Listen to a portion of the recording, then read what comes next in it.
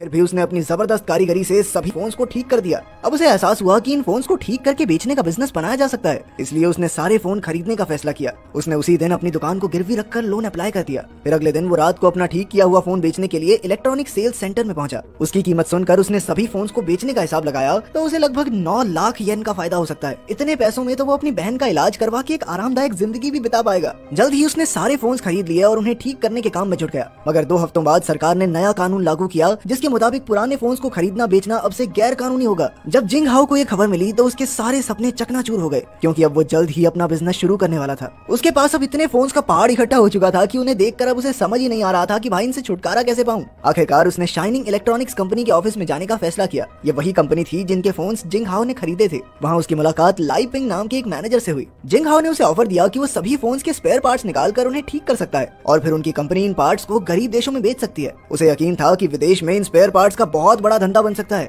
मगर लाई पिंग ने उसका ऑफर ठुकरा दिया क्योंकि उसे लगा कि जिंग हाओ के spare parts quality control test pass नहीं कर पाएंगे। लेकिन जिंग हाओ ने वादा किया कि वो अच्छी क्वालिटी के पार्ट्स बनाकर दिखाएगा। आखिरकार लाई पिंग ने कहा कि पहले भाई थोड़े बहुत बना के दिखा, अगर बढ़िया हुए तो कंपनी डील करने को तैयार है। उस दिन से जिंग हाओ जी तोड़ मेहनत के साथ फोन्स में से छोटे छोटे पार्ट्स निकालकर उन्हें रिपेयर करने में जुट गया। ये काम बेहद पेचीदा था, मगर मेहनत और लगन से जिंग हाओ ने सभी के पार्ट्स निकालकर बिल्कुल ठीक कर दिए। इसके बाद वो इन्हें लेकर कंपनी के हेडक्वार्टर्स में पहुंचा। कंपनी वालों ने उनका टेस्ट करवाया और आखिरकार जिंग हाओ के पार्ट्स क्वालिटी टेस्ट में पास रहे। इसके बाद वो दौड़कर लाई पिंग से मिलने गया, लेकिन वो कंपनी के डायरेक्टर मिस्टर जाओ के साथ था। जिंग हाओ ने उसे क्वालिटी रिपोर्ट दिखाई, मगर लाई पिंग ने कहा कि उसने पार्ट्स खरीदने का कोई वादा किया ही नहीं था। असल में लाई पिंग ने उससे वादा ऐसे ही कर दिया था, क्योंकि अंदर ही अंदर उसे भरोसा था कि ये 20 साल का लड़का अच्छी क्वालिटी के पार्ट्स कहाँ बना पाएगा। खैर फिर जिंग हाओ दौड़कर मिस्टर जाओ के पास गया और उनसे 10 मिनट का समय मांगा ताकि वो उन्हें अपना बिजनेस आइडिया समझा सके। मगर मिस्टर जाओ जल्दी में थे, इसलिए वो उसकी बात बिना सुने अपनी गाड़ी में बैठ गए। तब जिंग हाओ ने अपनी मोटर बाइक पर उनका पीछा किया और काफी खतरनाक रास्तों से बचते बचाते मिस्टर जाओ की ट्रेन तक पहुंच ही गया। उसने फिर से उनसे 10 मिनट का समय मांगा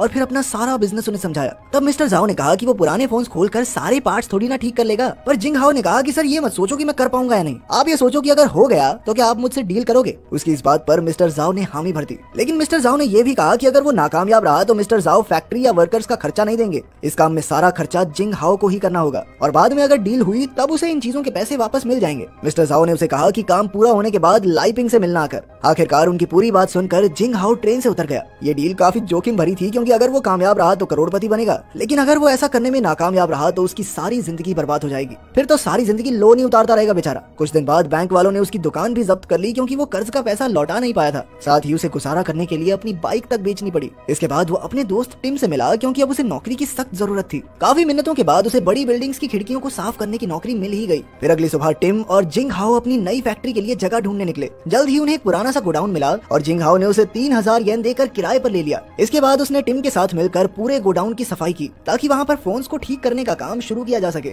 आखिरकार सारा माल भी गोडाउन में पहुंच गया। अब उन्हें वर्कर्स की जरूरत थी, मगर उनके पास वर्कर्स को तनख्वाह देने के लिए पैसे ही नहीं थे। इसलिए उन्हें किसी ने सलाह दी कि उन्हें रिटायर्ड लोगों को काम पर रखना चाहिए। इसके बाद वो कॉनवॉय नाम की एक लड़की से मिले जो पहले इलेक्ट्रॉनिक्स कंपनी में काम करती थी, लेकिन फिर एक एक्सीडेंट में उसकी सुनने की शक्ति चली गई। तब जिंग हाओ ने उसे काम पर रखा और चिल्ला चिल्ला कर उसे काम सिखाया। अगला वर्कर था जेम्स, जो पहले मैनेजर हुआ करता था, पर एक दिन उसने किसी को पकड़ के पीट दिया, जिस वजह से उसे जेल जाना पड़ा। जिंग हाओ ने उसे भी स्पेयर पार्ट्स ठीक करने का काम सिखाया। फिर उनकी अगली मुलाकात हुई हांजी नाम के एक आदमी से, जो पूरा दिन गेम्स खेलकर अपना समय बर्बाद ही करता रहता था। लेकिन अब उसे नौकरी की जरूरत थी, क्योंकि अब वो अपनी पसंदीदा औरत से शादी करने वाला था। इसके बाद टिम वृद्धाश्रम से कुछ बुढ़ों को लेकर आया जो जिंग हाओ की मदद करना चाहते थे। हालांकि वो काफी ज्यादा बूढ़े थे, मगर जिंग हाओ को उनकी पूरी जिंदगी के काम के तजुर्बे की बहुत कद्र थी। आखिरकार जिंग हाओ ने कुछ ही दिनों में उन्हें भी तैयार कर दिया और इन्हीं वर्कर्स के साथ मिलकर उसने नाइस व्यू नाम से एक कंपनी बना दी। अब जिंग हाओ दिन भर खिड़कियां साफ करने का काम करता ताकि वो अपना गुजारा कर सके। उधर उसकी बहन मिनी की हालत में अब भी कोई सुधार नहीं था। जिंग हाओ कैसे भी करके उसे खुश रखने की कोशिश करता था। इधर उसकी कंपनी में वर्कर्स दिन रात काम करने लगे और कुछ समय बाद हांजी ने अपनी पसंद की लड़की से शादी भी कर ली।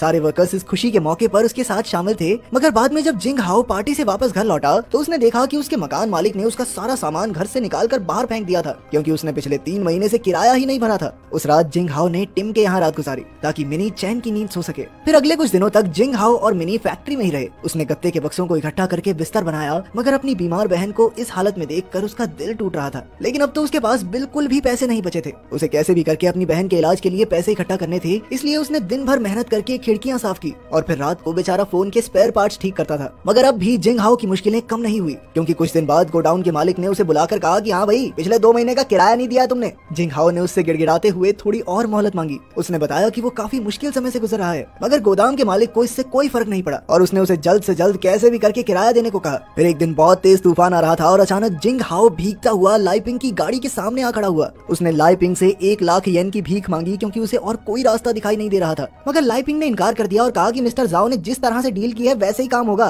ठीक है। और उसकी ये हालत देखकर तो मिस्टर जाओ भी उससे मिलना नहीं चाहेंगे। ये सुनकर जिंग हाओ का दिल टूट गया। उसे कुछ समझ नहीं आ रहा था कि वो क्या करे। उसके कानों में अपनी माँ से किया हुआ आखिरी वादा गूंज रहा था कि चाहे कुछ भी हो जाए वो मिनी का ख्याल रखेगा। अगली सुबह उसे गोदाम के मालिक ने कहा कि 3 दिन के अंदर गोदाम खाली कर देना। अब तो जिंग हाओ पूरी तरह से हिम्मत हार चुका था और उसे बुरी खबर अपने वर्कर्स को भी देनी थी। अगले 2 हफ्तों में काम पूरा होने ही वाला था, मगर उसके पास काम जारी रखने के लिए कोई जगह ही नहीं थी। आखिरकार जिंग हाओ ने हार मान ली, मगर तभी उसके वर्कर्स ने कहा कि वो अपना अपना काम घर से करने को तैयार हैं। वो जिंग हाओ को इस मुसीबत से अकेले गुजरने नहीं दे सकते, क्योंकि अब वो सभी एक परिवार थे और परिवार में किसी को अकेला नहीं छोड़ा जाता। इसके बाद सभी वर्कर्स ने अपने घरों से काम किया और इधर जिंग हाओ ने भी दिन रात मेहनत की। एक रात मिनी ने उसका शुक्रिया अदा किया, क्योंकि वो जानती थी कि जिंग हाओ इतनी मेहनत उसी के लिए कर रहा है। आखिरकार डिलीवरी का दिन आ गया और उन्होंने जो स्पेयर पार्ट्स ठीक किए थे वो सब टेस्टिंग के लिए चले गए। कुछ समय बाद जिंग हाओ और उसके साथियों को कंपनी ऑफिस में मिस्टर जाओ से मिलने बुलाया गया। मिस्टर जाओ ने जिंग हाओ की मेहनत की तारीफ की और कहा कि टेस्ट में उनके स्पेयर पार्ट्स 87% क्वालिटी से पास हो गए हैं। उसके काम से खुश होकर मिस्टर जाओ ने जिंग हाओ को 2 साल का कॉन्ट्रैक्ट ऑफर दिया, जिसके बदले में उसे 50 लाख येन मिलेंगे।